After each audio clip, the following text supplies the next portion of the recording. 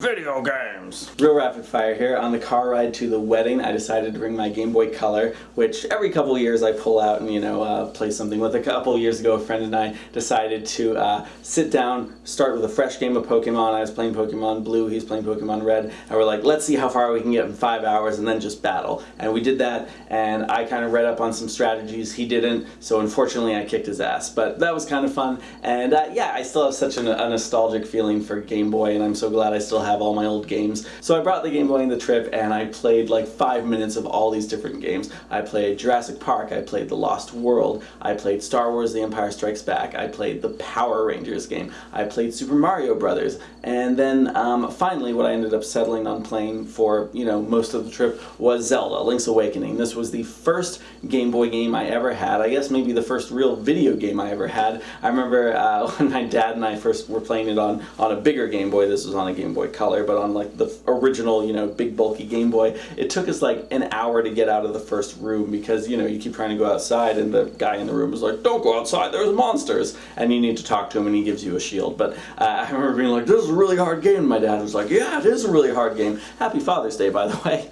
But anyway, it's a game that is very Lynchian, and I know this for a fact that the game designers were inspired by David Lynch's films and thought, let's do something like really surreal and meta and out there and dreamlike. And so you have other like weird Nintendo properties making their way into here. Yoshi's a part of it. There's parts of the game that look like Super Mario Brothers. Totally bizarre and a ton of fun. On the car trip I made it through the second dungeon, and the game has a really nice balance of intuitive things and then also just really cool surprises and all sorts of little Easter eggs.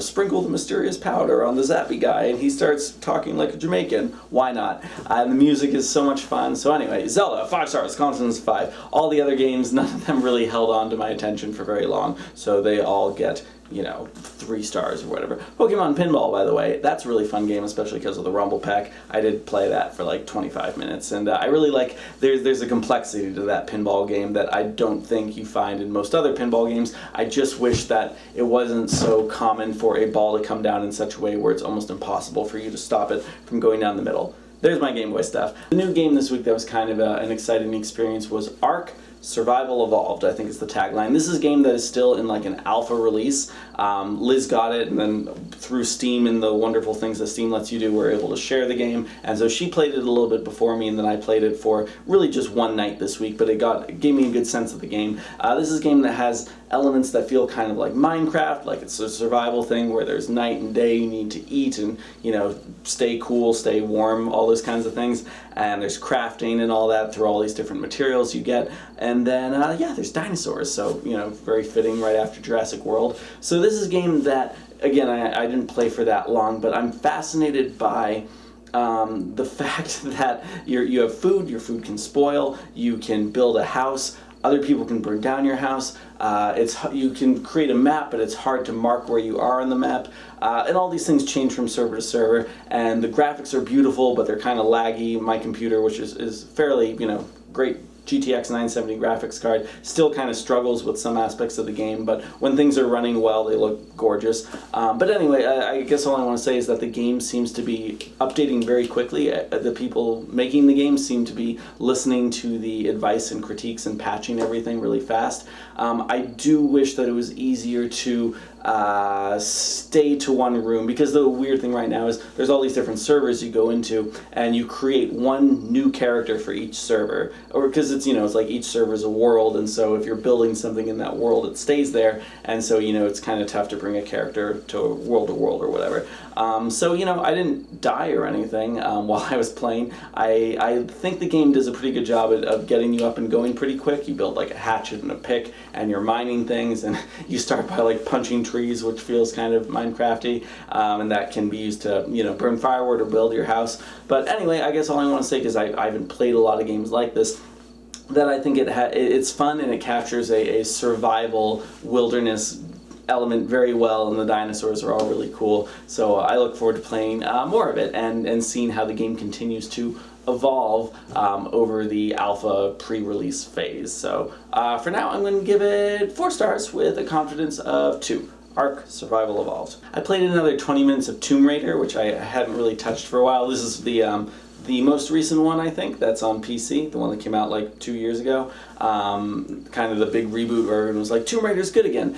Anyway, yeah, just wanted to say that it's a really fun game, and the graphics are beautiful, and Laura handles really well, and I find that now that I've been playing things like Bioshock Infinite and The Last of Us, it was actually easier to go back and play Tomb Raider, especially now that I have a little controller for my PC, which I didn't have before. So anyway, Tomb Raider, great game, 4 stars with confidence for now. And yes, I did get a little further in Bioshock Infinite. The plotline is getting very interesting now, and I do find myself being pulled a little bit more into the world and into the game and wanting to know what happens next. I still wish that I didn't have to go through the game shooting so much. You know, that part of the game is becoming more and more kind of dull to me.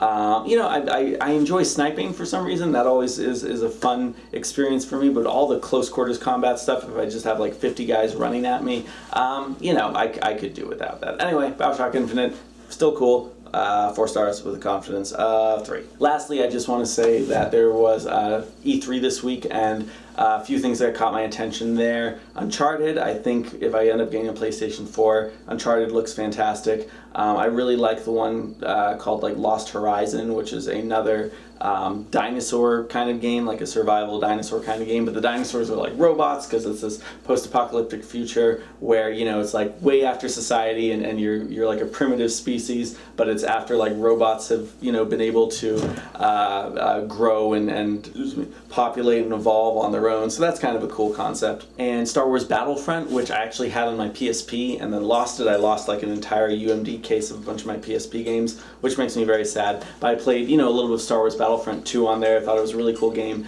and the new Battlefront looks absolutely fantastic. So again, if I end up getting a PS4, definitely be checking that out. And finally, the real reason that I would be getting a PS4, frankly, because it's the reason I rented a PS3 for a month back in 2008, will be Metal Gear Solid 5.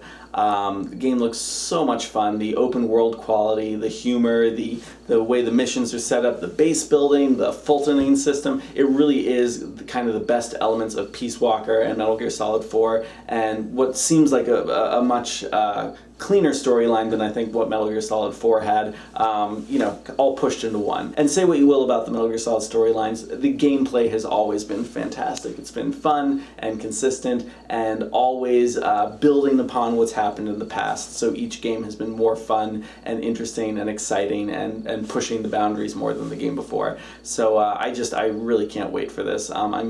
It's going to be so weird having a child being born like right around the time this game comes out. So for all I know, I might not get more than like a couple hours into it by the end of the year. Even so, very excited for that September 1st. And it's one of those things where I've mentioned before how like movies now, all the trailers seem to spoil everything about it. And that actually happened to me with Ground Zeroes, which was like the prologue version of the Phantom Pain. The trailers for that game pretty much said the entire storyline in that little game. And you know, here's a simple rule of thumb for trailers. Only ever show footage that's in the first act of the movie. And I think the same thing could go for video games. Like, don't show me things that are going to be in the final cutscene of the game. And so I'm getting nervous, even though there have been some fantastic trailers and gameplay footage of Metal Gear Solid. I kind of want to go back to, you know, like the days of Metal Gear Solid 2, where everything leading up to that game made it look like it was another Snake game. They only really showed stuff on the tanker.